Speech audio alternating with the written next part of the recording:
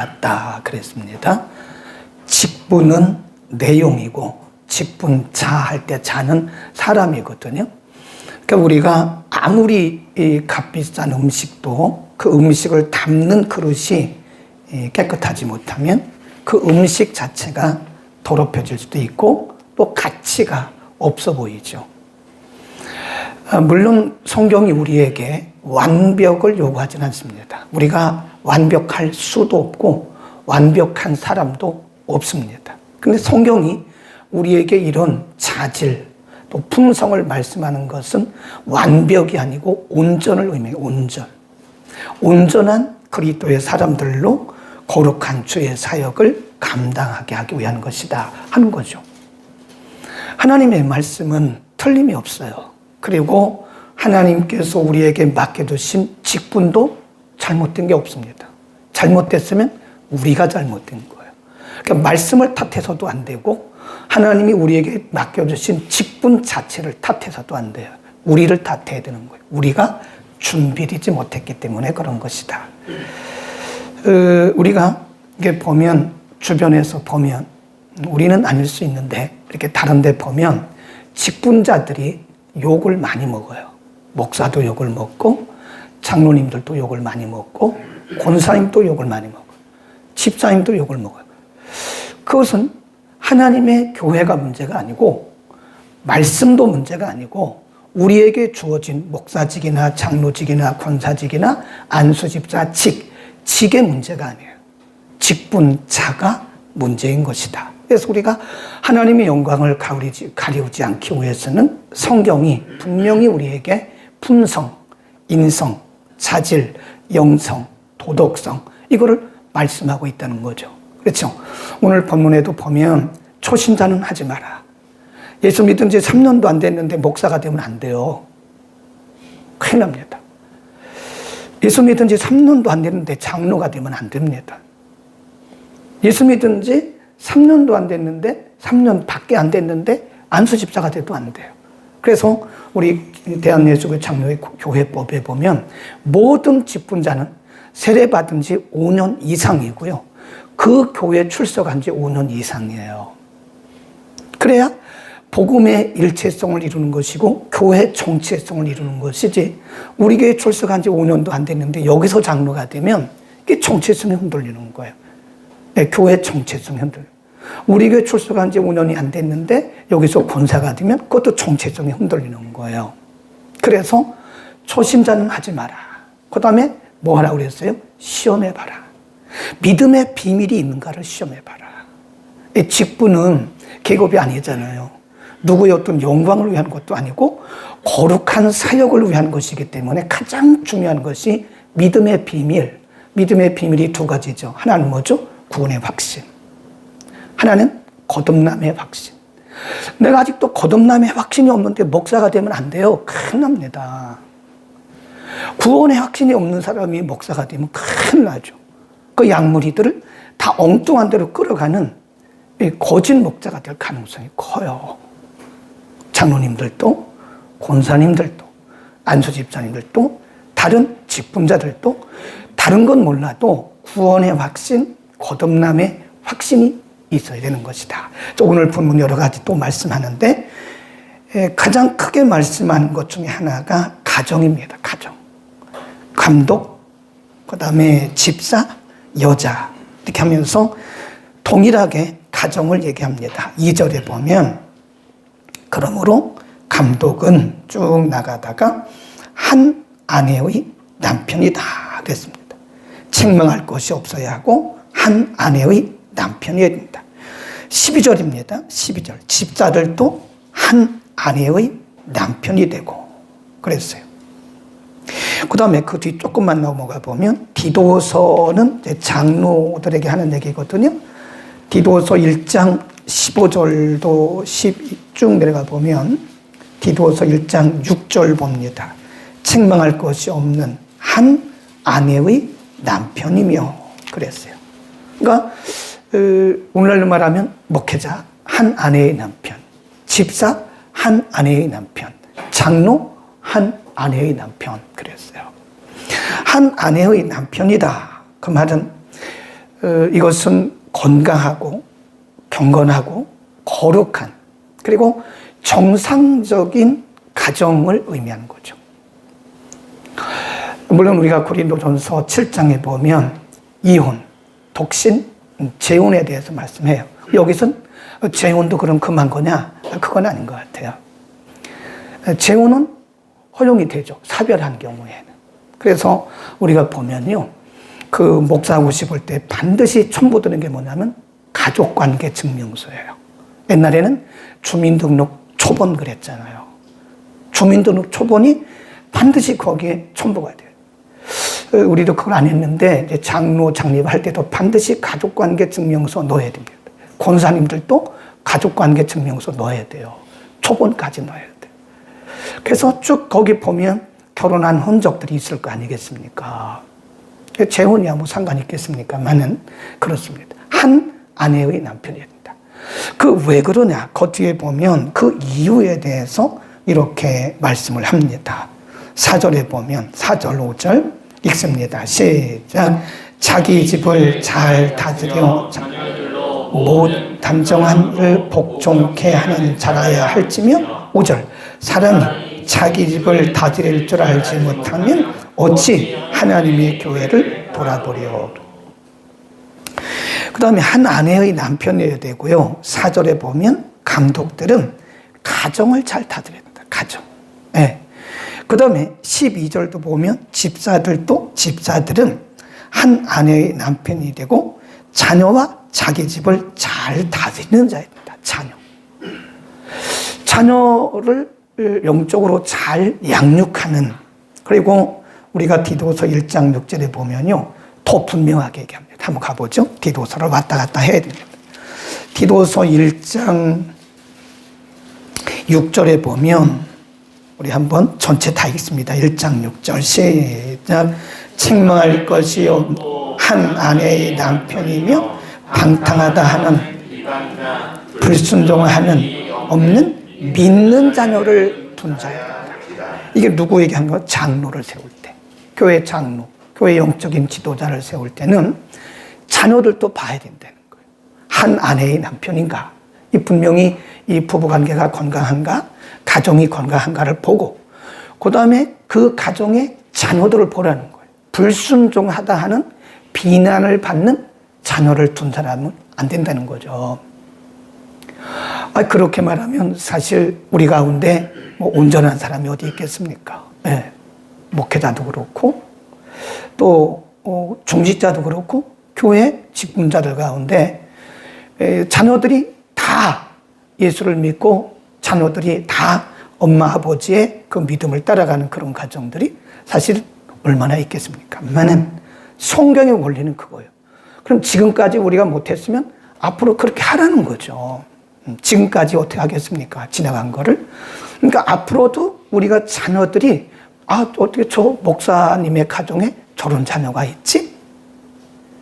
목사의 가정에 완벽할 수 없죠. 네. 그러나 성경은 우리에게 분명히 교회를 다스리기 위해서는 가정에서 아내와 그리고 자녀들을 잘 다스려야 된다는 거예요. 장로님의 가정에 불순종한 자녀들이 있어서는 안 된다고 성경이 말해요. 권사님들의 가정에 불순종의 자녀가 있어서는 안 된다고 말하는 거죠. 지나간 거는 다 지나갔어요. 앞으로도 우리가 자녀 신앙 양육에, 신앙 교육에 우리가 신경을 많이 써야 된다는 거죠. 그렇게 말씀하고요. 그 다음에 이제 큰 첫 번째가 가정적인 면을 우리가 살펴봤고요. 가정적인 면에서 첫 번째는 한 아내의 남편이다. 두 번째는 자녀가 신앙적으로 양육되어야 된다는 것이요. 큰 두 번째, 일상생활적인 면입니다. 일상생활. 자, 다시 디모데전서 3장 2절로 갑니다. 3장 2절. 거기 쭉 내려가다 보면요. 한 아내의 남편이 되며 절제하며 근신하며, 그거 적어놓으세요. 절제하며 근신하며. 원래 이 근신이라고 하는 헬라 단어는요, 술 취하지 않은 상태를 말합니다. 깨어있는 상태, 온전한 상태, 건전한 상태, 이 상태를 근신이라고 말했고요. 그 다음에 3절에 가보면 구체적으로 설명을 해요. 술을 즐기지 아니하며 그랬습니다. 그 다음에 8절 또 가보세요. 이와 같이 집사를 또 단정하고 일구연을 하지 아니하고 뭐에? 술에 임박이지 아니하고 그랬습니다. 술에 임박이지 아니한다.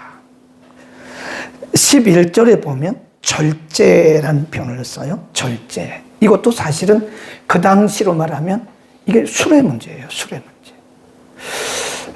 목회자가 술을 많이 마시면 그 설교가 제대로 되겠습니까? 도덕적인 것을 떠나서 그 알코올이라고 하는 것은요, 우리의 정신세계를 이렇게 혼란스럽게 해요. 영적으로는 해악입니다. 해악.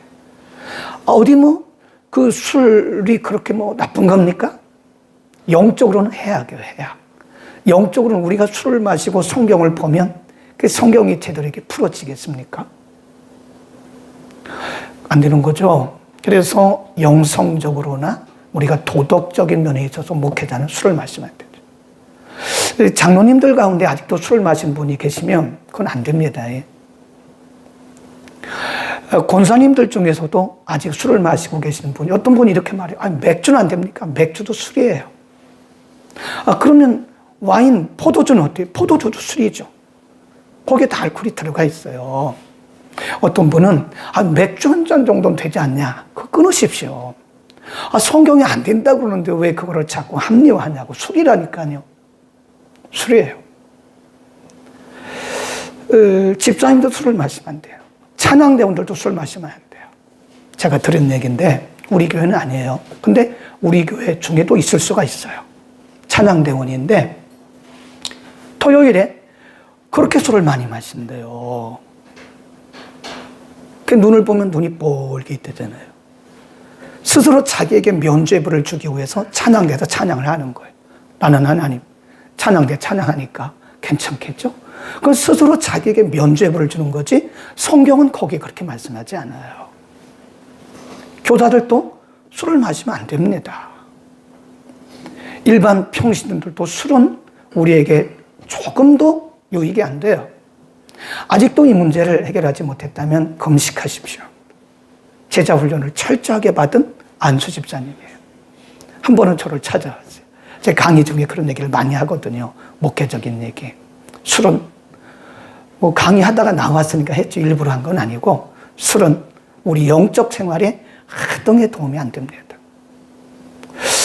하루는 찾아왔어요. 제 연구실에 찾아와서 제가 사실은 안수 집사인데요. 술을 먹고 있는데 어떻게 하죠? 그래요. 제가 금식하세요. 오살리 가세요. 오살리 가서 금식하세요. 오살리 못 가면 어쨌든 학교에서 학생들 가르치는 선생님이니까 휴가를 내가지고 다른 기도원에 가더라도 집중하세요. 금식을 해야 하는 것은 집중하기 때문에 그런 거예요.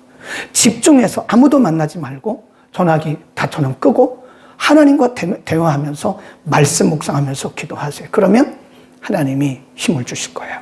그랬더니 이분이 진짜로 오살리로 갔어요. 그리고 3일 금식을 했어요. 갔다 와서 하는 얘기가 정말로요? 목사님, 술은 보기도 싫어요. 그전에는 술 냄새가 나면 아주 구수하게 들렸는데 이제 술은 아주 구토가 난대요. 구역질이 난다는 거예요. 술 냄새를 맡으면 구역질이 난대요. 그대로 딱 끊고요. 이분이 방언도 받았어요. 술을 끊으니까 거룩한 영이 들어오는 거예요. 방언은 아무에게나 임하는 게 아닙니다, 여러분. 은사지만 우리가 깨끗해야 오는 거예요.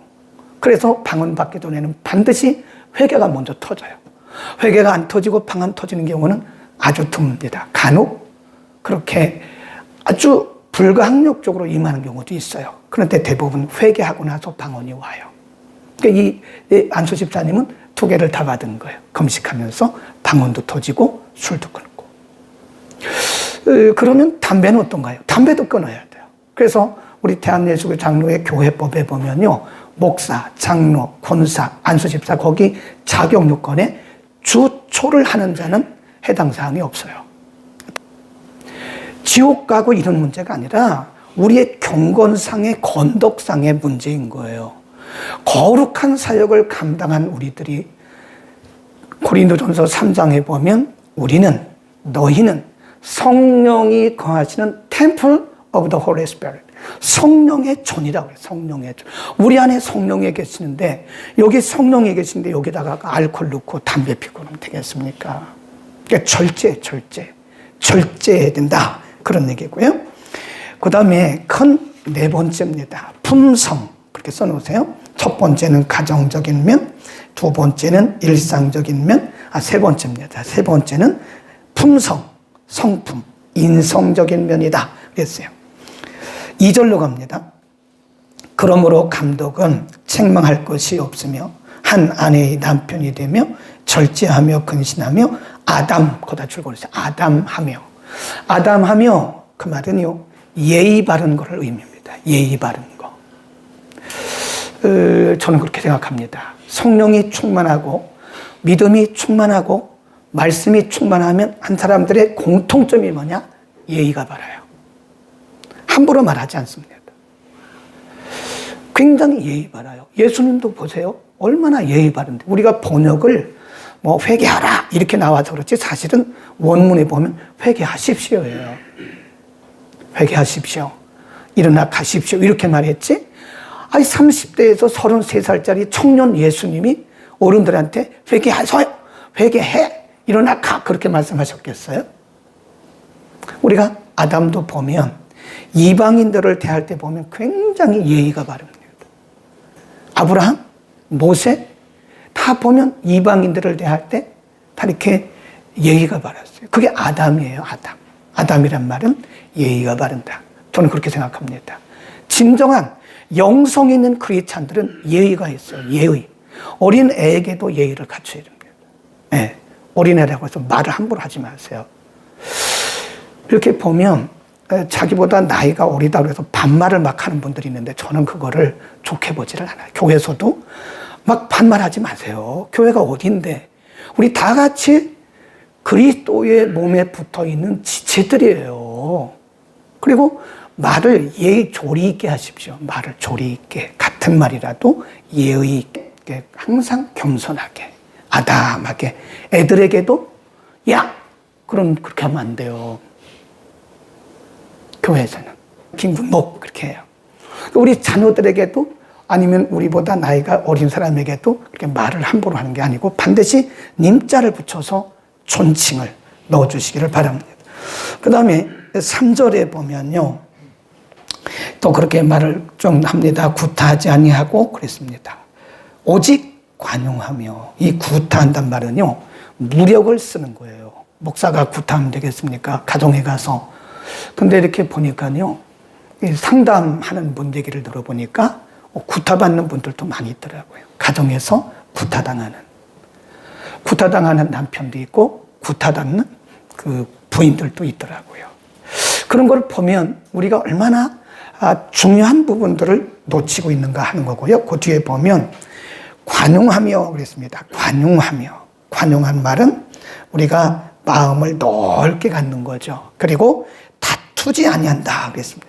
이건 뭘까요? 화평. 모든 사람과 더불어서 화평하라는 거죠. 히브리서의 말씀에 보면 너희는 모든 사람으로 더불어 화평하라. 그것이 없이는 주를 배울 수가 없다.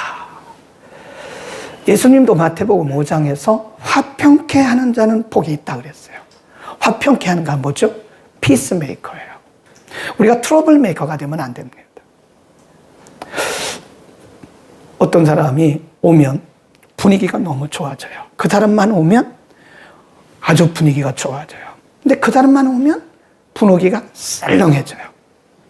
그 트러블 메이커예요. 성경은 우리에게 관용하라고 그랬어요. 그리고 모든 사람과 더불어서 화목하라고 그랬어요. 네, 우리가 다른 사람들과 화목하지 못하면 하나님과 화목이 어렵습니다. 의외로 우리의 기도가 응답되지 않는 이유 중에 하나가 뭐냐면 사람들과 화목이 깨진 경우예요.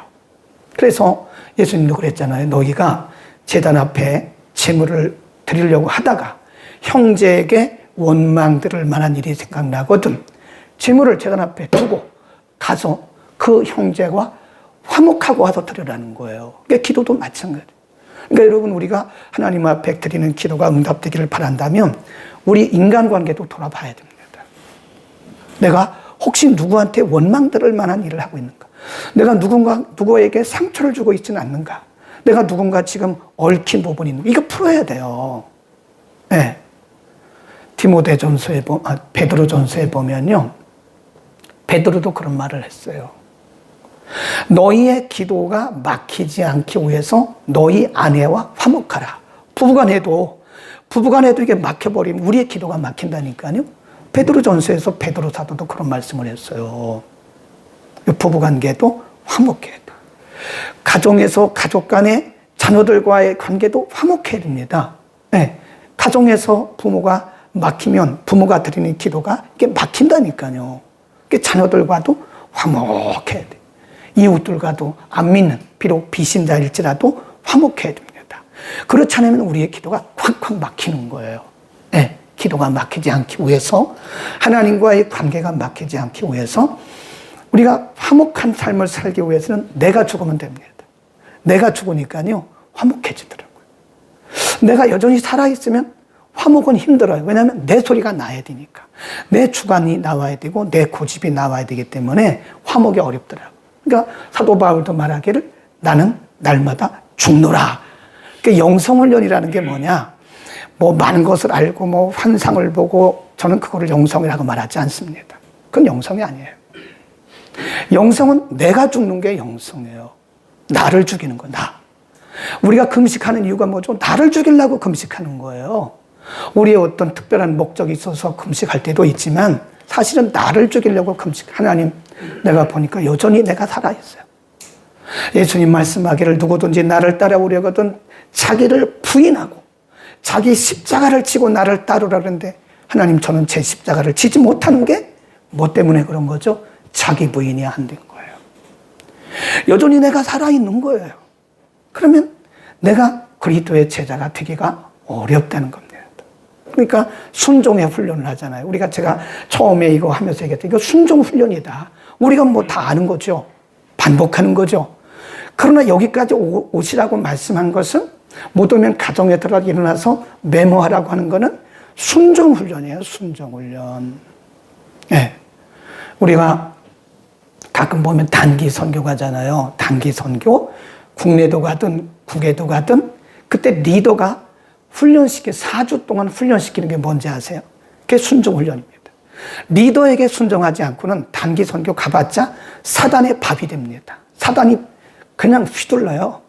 근데 교회가 왜 사단의 밥이 되느냐? 왜 사단이 어떤 일정한 사람을 잡아서 휘둘르느냐? 이게 순종 훈련이 안 돼. 리더에게 순종하지 않으면요, 이 교회는 경건한 사역을 하기가 어렵습니다. 리더에게 순종하는 훈련을 해야 되는 거예요. 요전도 회장님에게 순종해야 됩니다. 구역은 총구역장님에게 순종해야 돼요. 순종하지 않으면 자기 소리가 커면 우리의 공동체는 화평의 공동체가 될 수가 없어요. 나하고 생각이 맞지 않아도 우리 공동체에 유익이 된다면 기꺼이 내려놔야 돼. 아멘. 그게 관용입니다. 관용. 그 다음 쭉 내려갑니다. 11절. 11 시작. 여자들도 이와 같이 단정하고 참소치 말며 그랬습니다. 이 참소란 말은 언어입니다. 언어. 말을 가지고 상대방에게 해를 끼치는 거를 참소라고 그래요. 그러니까 우리가 그런 얘기 많이 하잖아요. 내가 직접 보지 않은 것은 말하지 마라. 내가 직접 봤어도 그것이 공동체 유익이 되지 않은 것은 말하지 마라. 발설하지 말라는 거죠. 원래 이 마귀의 원뜻이 참소자입니다. 디아볼로스. 그래서 참소자예요. 참소자. 마귀는 참소하는 일을 해요. 우리가 욥기에 보면 하나님이 욥을 칭찬하시잖아요. 세상에서 이렇게 의롭고 경건한 자를 봤냐? 그러니까 마귀가 뭐라 그러죠? 옆에 있는 사탄이 아이, 하나님이 이 욥을 축복하시니까 그렇지. 한번 쳐보세요. 한번. 욥을 한번 쳐보세요. 참소, 그게 참소입니다. 사단의 특징이 뭔지 아십니까? 칭찬을 못해요. 칭찬을 못합니다. 사단은 칭찬하지. 물론 가짜로, 거짓으로 이렇게 립 서비스는 할 수 있지만 사탄은 진실로 사람을 칭찬 못합니다. 성령의 사람들의 특징이 뭔지 아십니까? 사람들의 장점을 칭찬해주고 용기 주고 북돋아주고 그렇습니다. 그런데 성령이 역사하지 않을 때는 단점만 보이는 거예요. 단점만. 그래서 자꾸 사람들의 그 단점만 끄집어내서 마음에 상처를 주는 거죠. 참수치 말아라. 그런 말씀을 하고요. 그 다음에 디도서로 한번 갑니다. 거의 끝날 때가 됐어요. 디도서 1장 7절입니다. 여기 나오죠? 7절. 시작. 하나님의 청지기로서 책망할 것이 없고 제 고집대로 하지 아니하며 급히 분내지 아니하고 술을 즐기지 아니하며 구타하지 아니하며 더러운 일을 하지 아니하며 그랬잖아요. 거기 보면 제 고집대로 하지 아니하며 제 고집이라고 하는 것은 자기 생각, 자기 의견. 현대인들이요, 요즘에 보면 어른이고 아이고 교회 아니고 교회 바뀌고 보면 자기 주장들이 굉장히 강합니다. 네, 굉장히 강해요. 자기 주장을 꺾을 줄을 몰라요. 그것이 옳다고 생각하면 그것을 끝까지 굽히고 가는 거예요. 근데 우리는 공동체 유익을 먼저 생각해야 되는 거예요. 내 생각이 아무리 옳은 것 같아도 공동체 유익이 되지 않으면 그럼 우리가 내려놔야 되는 거죠. 그리고 다른 사람들에게 유익이 되지 않으면 또 내려놔야죠. 그러니까 제 고집대로 하지 않은 이것이 감독의 품성이고 또 우리 공동체 직분자들의 품성대 진리가 아닌 것을 가지고 그렇게 자기 고집을 부리는 것은 아직도 내가 덜 죽었다는 거예요. 그러니까 날마다 사도 바울이 그렇게 훌륭한 영성가도요, 날마다 나는 죽노라. 다른 사람 보고 죽으라고 말하는 것이 아니라 날마다 나는 죽노라. 그게 그거예요. 그 얘기거든요. 내가 죽어야 가정이 살고, 내가 죽어야 교회가 살고, 내가 죽어야 나라가 사는 거예요. 내가 살면 가정이 살기가 어렵습니다. 분란이 생겨요. 내가 살면 교회가 분란이 생겨요. 내가 살면 우리 사회가 분란이 생깁니다. 우리는 오늘도 내 고집대로 하지 않고 집에 가서 숙제, 디모데후서 3장 꼭 읽어보세요. 오늘 다 읽으려고 그러는데 시간이 없어요. 디모데후서 3장을 집에 가셔서 꼭 읽어보세요. 거기 보면 이 마지막 때의 사람들의 영성이 어떻게 바뀌는가, 이 마지막 때 사람들의 인성이 어떻게 바뀌는가, 이 마지막 때 사람들의 일반적인 신자나 비신자나 어떻게 그들의 품성이 바뀌는가를 분명하게 말씀하고 있습니다. 기도하겠습니다. 걸어가신 우리 아버지, 오늘도 우리들을 하나님의 말씀 앞에 다시 세워주시니 감사합니다. 우리가 잘하고 있다고 생각했고 잘해왔다고 생각을 했지만, 그러나 하나님의 말씀 앞에 우리의 인성과 품성과 도덕성과 영성을 비추어 보니 부끄러운 모습뿐입니다.